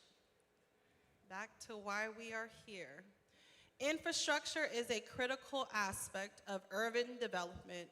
What are your priorities for improving Stockton's infrastructure, and how do you plan to secure funding for these projects while ensuring they meet the needs of a growing and diverse population? And we will start with you first, Ralph White. First of all, you have to excuse me for telling the truth.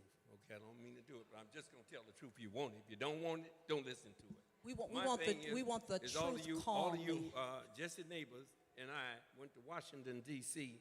about 15, 20 times. Am I right, Vice Mayor? We went to Washington, D.C. That's where you get your money from to do the infrastructure as far as that. South Stockton, when I was on the council, got more money spent in it than any councilmatic district in the city of Stockton. That's because of your leadership. All my life I worked, and I know how to work, and I know how to work the council too, and I worked them good. The council is not a play period up there. You're dealing with a whole lot of money and a lot of lies. And God knows I was good, and I'm still good. Might be a little older, but I'm good. Age and all that is right there with my history. And what we did is go to Washington, D.C., and that's where you're going to get your money from Stockton. I got money all downtown. I got money built for everything in South Stockton. Look at your streets now. When I was on the council, those of you that's still here, look at your streets and see what they look like now. When I was on the council, every one of our street, Martin Luther King Street was named by me. As I said a few minutes ago, all your parks that's named by black people is named by me. No other part of our city do you have anything named by us, but it was in District 9 because I knew what to do, and I always kept the votes and everything. Just so you know, I was sitting up there at the council, I was the 5th vote every time. It'd be 4 on this side, 4 on that time. What can you do for my people? And when you say what you can do for my district and my people, oh, you got my vote. I wasn't hustling for myself. I was hustling for my district. For all of you that live in South Stockton, know, I hustled for us in South Stockton, and we had less crime than any part of this city in South Stockton, and we still have that. Your most crime in this city in trying to build something in the infrastructure, we have to have some place for these kids to go like I had when I had Project Identity. These kids need somewhere to go Friday. Kimberly Wormsley. Thank you so much. As it relates to infrastructure, it's a real hard challenge, especially with the City of Stockton's budget. It does not sustain the amount of money that we need to close the gap with some of our infrastructure projects. However, as Ralph mentioned, the roads to heal the community with our critical infrastructure does lay in Washington, D.C. And so what I've done as a council member and vice mayor is uplift numerous projects such as Van Buskirk, such as the MLK underpass, such as our levees. That is another aspect of critical infrastructure that we do not talk a lot about, and presenting those during the One Voice trips. The city was just awarded $8 million for the $90 million master plan for the Van Buskirk redesign during my tenureship on the council. On the council, I've also was able to secure $3.5 million for the Van Buskirk levy. In 1994, South Stockton taxed themselves because we wanted to ensure that our levies would not, be in a crisis. And so no elected official ever went to DC to ask for that money to be reinstated by the Army Corps of Engineers. In January of this year, I was able to fly to Washington, go to the U.S. Pentagon, and spend the project, and thus the city of Stockton was awarded $3.5 million. All roads lead back to relationships. All roads leads back to ensuring that you can move a project from A to Z and identifying critical areas in South Stockton that has been neglected. Let's be clear, the gap between infrastructure between South Side and North Side is wide. It's going to take a lot of time to heal that. Jason Lee. Yeah, respectfully, that sounds great, but Van Buskirk is District 6. We're here to talk about, District 5. We're here to talk about District 6. Me and my family used to walk from Scribner Street to the flea market. And when we did that, we used to walk through what's called McKinley Park. Have you seen it? McKinley Park used to be a treasure for the South Side. Right now, I went and talked to a family with a baby sitting in a tent while kids played soccer with no playground and an empty pool when they've passed $15.63 million and have been sitting on it on the piggy bank that you keep filling up with your tax dollars, not accountable to actually spending the money and doing the work. I just got the design for McKinley Park. It don't look like what we want in South Stockton. It looks like what they want in Brookside. So what I did, I had my art director in New York start reimagining what it should look like. Put a handball court there, a bike ride lane, stuff that people can do. Open up the park, make it free, unlock the bathrooms. You can clean it up right now, but you're not because you're asleep at the wheel. No disrespect, I say that respectfully, Pastor Trina. Now let me say this. When you talk about infrastructure, the first thing Stockton needs to do is stop making all the decisions down at City Hall. Create community coalitions where the community is a part of where the problems are. You know where the potholes are. You know where the loose dogs are. You know where it's so dark on B Street you can't even see where you're going. You know where the issues are. They know where the issues are, but they're not talking to you. And when you put all that money in there for infrastructure, the budget right now is $912,164,974. You're going to make you sicker.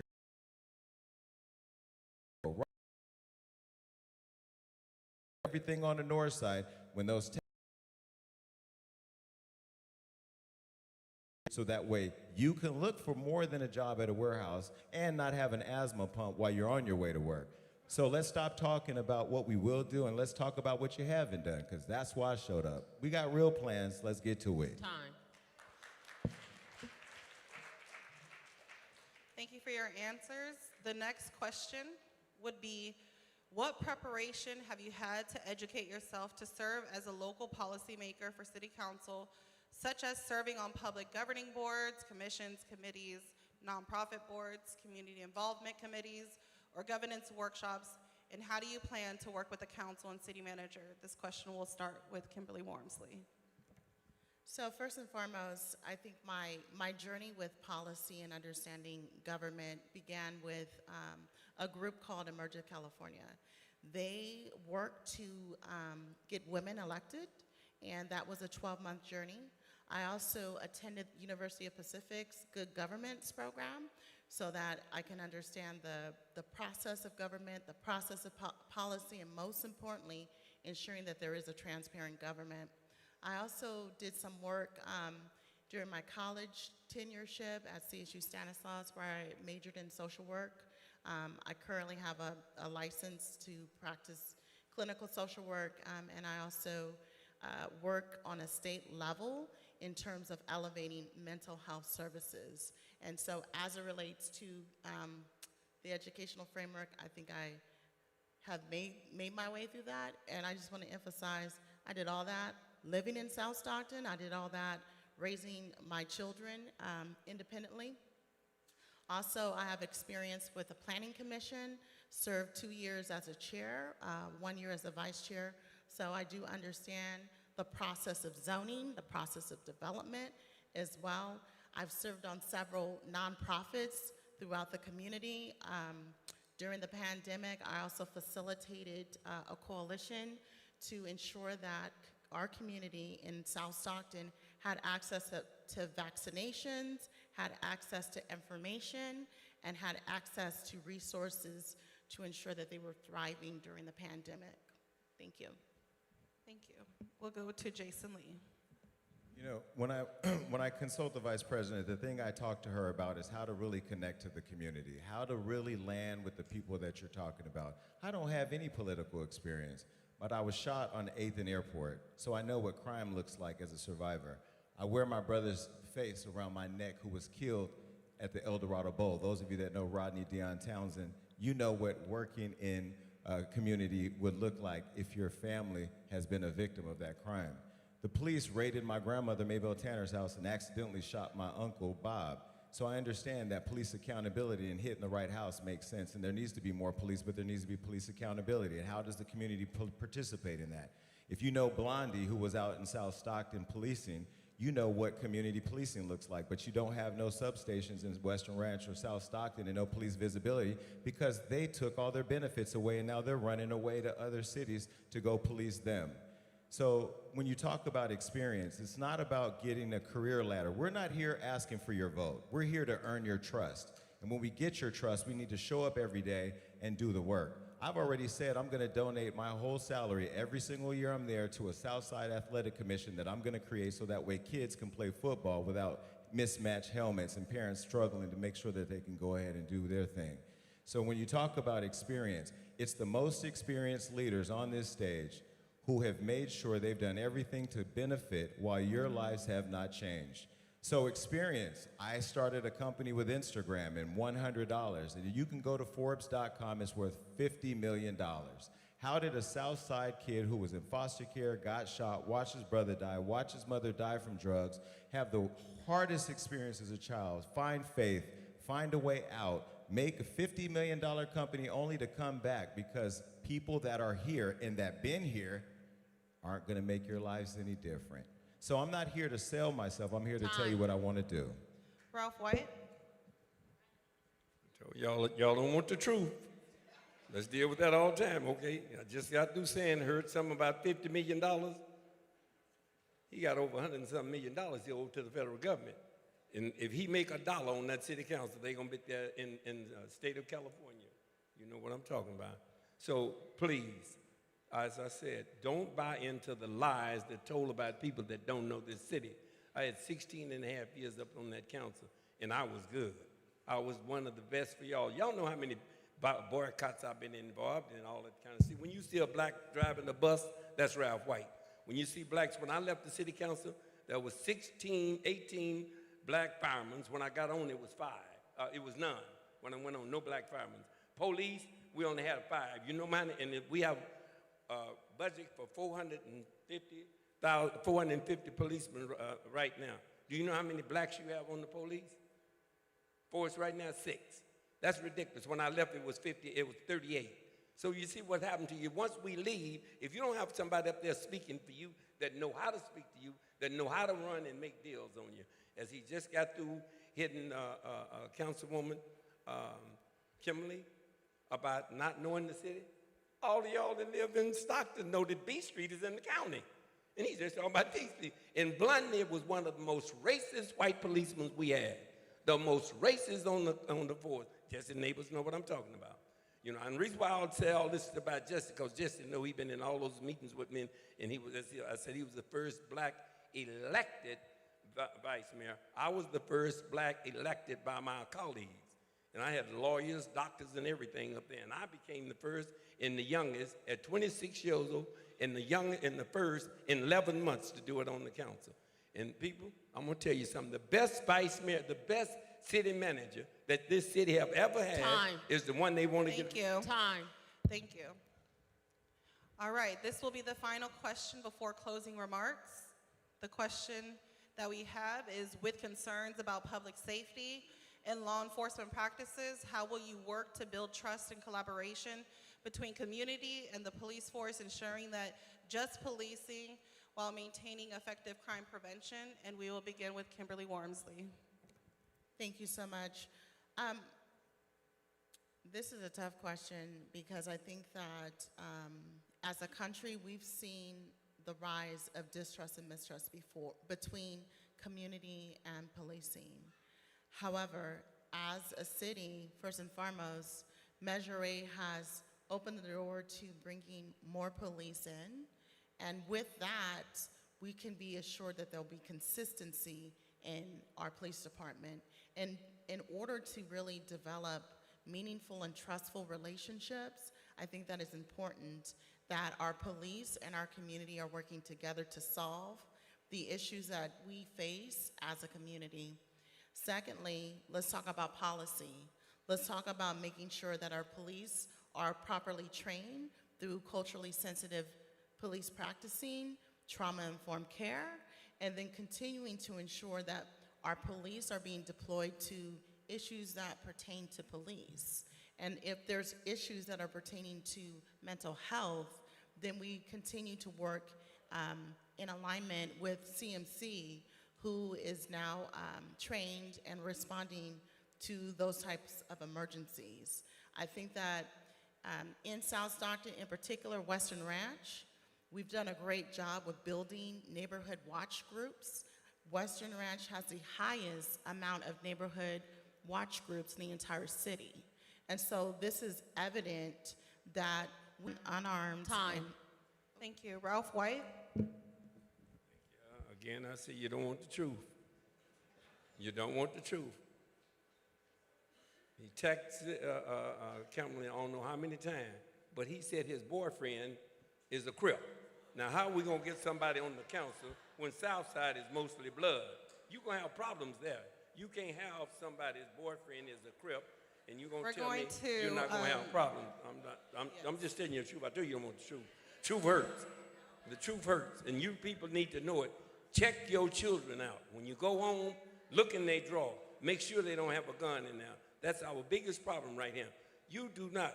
In the last 10 years, over 15,000 black people have been killed by another black. In the last 65 years, you can't tell me that you ever heard of a black person throwing a rock at a white boy, but you'll kill your own kind. Mothers and fathers, teach your kids how to love each other. Treat them like the Hebrews do. When y'all call Jews, treat them like that. You don't hear no Jews doing no drive-by shooting and all that type of stuff in their neighborhood. So we have to do that, to talk to your kids. That's up to you mothers and fathers. It's not up to the kids. They get the training, the right training at home, and have a place to go. And that's what we have to look at. So I have to say, the honest black man we only have a few black city managers. He's running to get rid of this black city manager. That's the only reason why he's up here, because they didn't give him the $2 million last year, and they tell him I'm lying. So that's why he's here, and that's what he said. And all that money that he was talking about she's spending, you know, all them signs and all the money he got, that's coming from the ex-policemen and the people, and a lot of those rich boys out north that got rid of Tubbs. Same thing. I'm going to tell you the truth. Don't ask me to ever talk to you and tell you the truth, because I don't have to lie to you. You understand? I don't have to lie to you. I stay on the south side. Everybody else that ran north of me that didn't run to Los Angeles. I've been here all my life, and not just about. Thank you.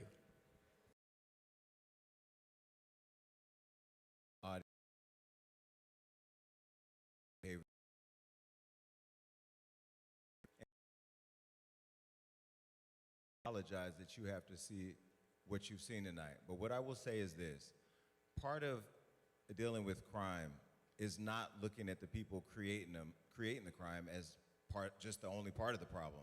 There's a huge problem of the strategic oppression in this city. So the first thing is there needs to be a focus on poverty alleviation. We need to reinvest in the South Side area. We need to be able to create jobs for these young people to have things to live for, things to work for.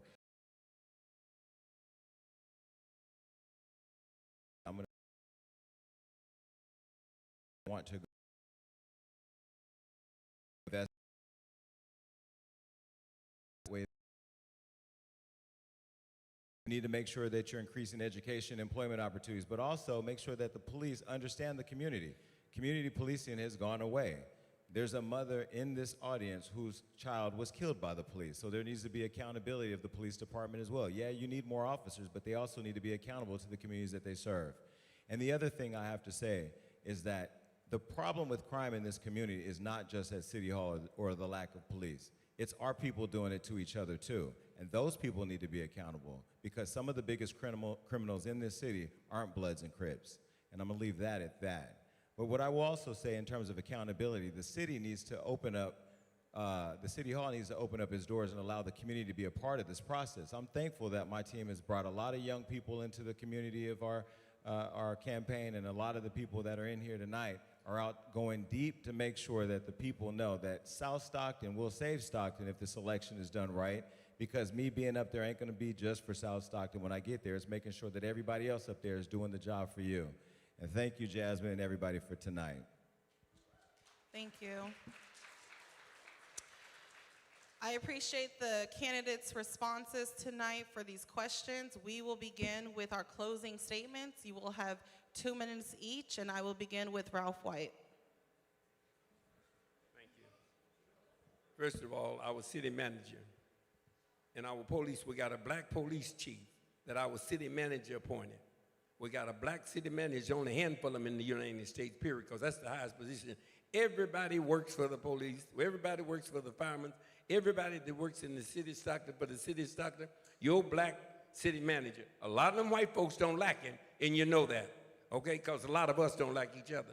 But they is bad up there, and that's why they want people to run that's going to get rid of them. It's 6 of them right now that's running for office.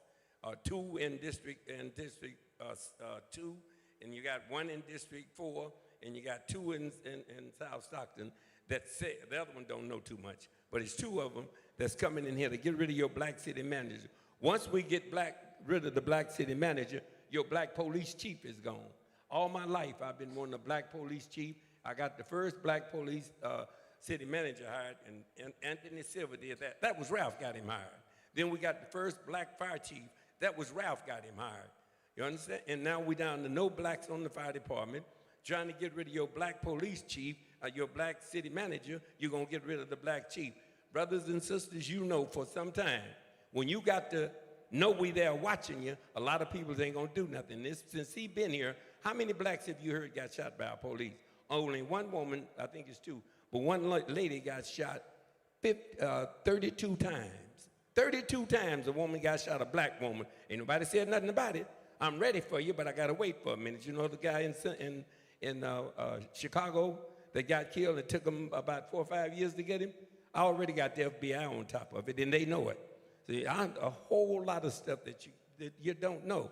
Ralph White is still doing the same thing he was doing back then. That's why I still live in my neighborhood, That's why I have a skating ring for the kids to have a place to go. But they Time. got to having a problem. Thank you. We are going to go with Jason Lee. Let me say this. I spent 11 years working for the union and working in service to people who were taking care of the sickest people at the bedsides and hospitals.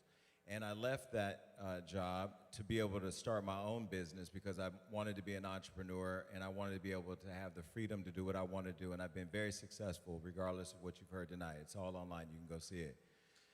Kimberly Wormsley, the vice mayor of your city, is a social worker.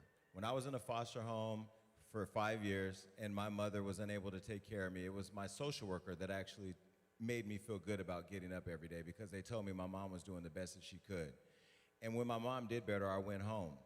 This woman is a social worker, and we had a young 14-year-old boy die the other day, and they found his body in a ditch, and he was a foster kid. And I spoke to his social worker, who I knew very well growing up. And that kid, I don't know him, but I posted his story on my Facebook, and I made sure to reach out to get more information, and Ms. Wormsley hasn't even mentioned it. Social workers are supposed to have a heart. That was heartless to me. And then 2 other people have died in South Stockton. We're not up here playing around. This isn't Pokemon. This is life or death. This is survive or fail. This is your kids knowing how to read by the 3rd grade so that way they're not a part of the illiteracy issue that prevents them from getting good jobs or being able to compete with the people that don't look like them for opportunities that they're not going to create for them. So part of what I want to do in getting South Stockton organized and prepared for the work ahead, because we're going to have to do it together, is to make sure that everybody I have in my phone book, and I'm not even going to drop celebrity names because you can go to my Instagram and see who they are, invest in this city and invest in me being successful in upholding my commitment to you. If you think that me flying home tonight so I could, go to my other residence that's a lot more expensive to work on the Grammys this weekend isn't something I'd like to do every day, this is more important than that. Thank you. Thank you. And we will, Kimberly Wormsley. For this last 2 minutes, I just want to be clear about something. For the last 3 years, I've given everything that I can for this city. I'm ready to give 4 more years of everything that I have. I'm never going to always have the issues resolved in a blink of an eye. It includes community. It includes every single one of you. If we want to sit here and sling mud and insult people, you can do that. I'll be in these streets, knocking on doors, talking to voters, talking to the community, and building solutions. Egos drive egos, period. If we want an ego trip, that's cool. But in the meantime, our young people need us. They need leaders. And sitting here tearing one another down solves what? What does it solve? Nothing. But another 4 years of circular rhetoric insulting one another instead of building real-time solutions. Building an intergovernmental community to bring people together to solve issues and concerns is a step in the right direction. I sit on that council every single Tuesday wearing the armor of God because I know that the shenanigans, especially in this political season, is unbearable. However, if this is what we're going to continue to do, we're going to still be in the same place. Remember, we're just coming out of a pandemic. Remember, we are in an endemic. From the unions, to the community, to our young people, to our residents, I'm with you. I stand with you, 10 toes down. I'm not always going to have the answers, but together we can build the solutions. Thank you.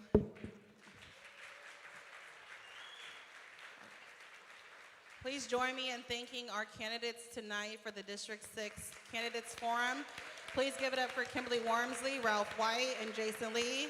And most importantly, give it up for yourselves who have stayed this whole entire night. I'm going to pass it to our moderator, Evan Wade. Thank you. I want to once again thank our moderator, Ms. Jasmine Delafosse of the Victory and Praise Church, and our youth moderator, Mr. Caleb Edward Davey of the Stockton branch of the NAACP for moderating and asking the questions of our candidates. And once again, I want to thank our candidates for District 6 for partaking today and answering the questions. Before we leave, we're going to, 2 minutes. Before we leave, I want to announce we're going to have a candidate meet and greet. And so after our benediction, we encourage you to stay if you're able to meet and ask questions of the candidates. Just a reminder that today's session is recorded, and you can find the recording on the Stockton Facebook page, Victory and Praise Facebook page, as well as Faith in the Valley Facebook page. I want to very briefly thank our tech team in the back for helping out on today. I want to thank our timekeepers as well in the front for helping out on today. I want to thank everyone who's worked behind scenes on today. And once again, thank you, the audience, for being here today. We have our last session on tomorrow. Tomorrow at 6 p.m. We have the session for Stockton Mayor. Please come tomorrow at 6 p.m. At this time, I would like to bring up to the dais the pastor, Bishop Rufus K. Turner, to give our closing benediction.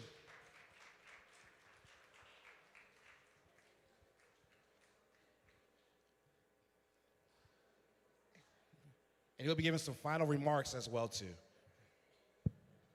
Well, I don't have any final remarks, but I do have a prayer to bless over individuals that are getting ready to leave. Father, in the name of Jesus, we're asking for your protection. Lord, we're also asking that you would bring back to our remembrance many of the things that the candidates have revealed to us on tonight. Not only do we want to do that, we want to share in our community of what is going on here in the city of Stockton. Keep your loving arms of protection around us until we meet again. In Jesus' name, amen. Praise God. If you left a piece of jewelry in the women's bathroom, I have it up here. If you're missing some of your jewelry from washing your hands, it's here.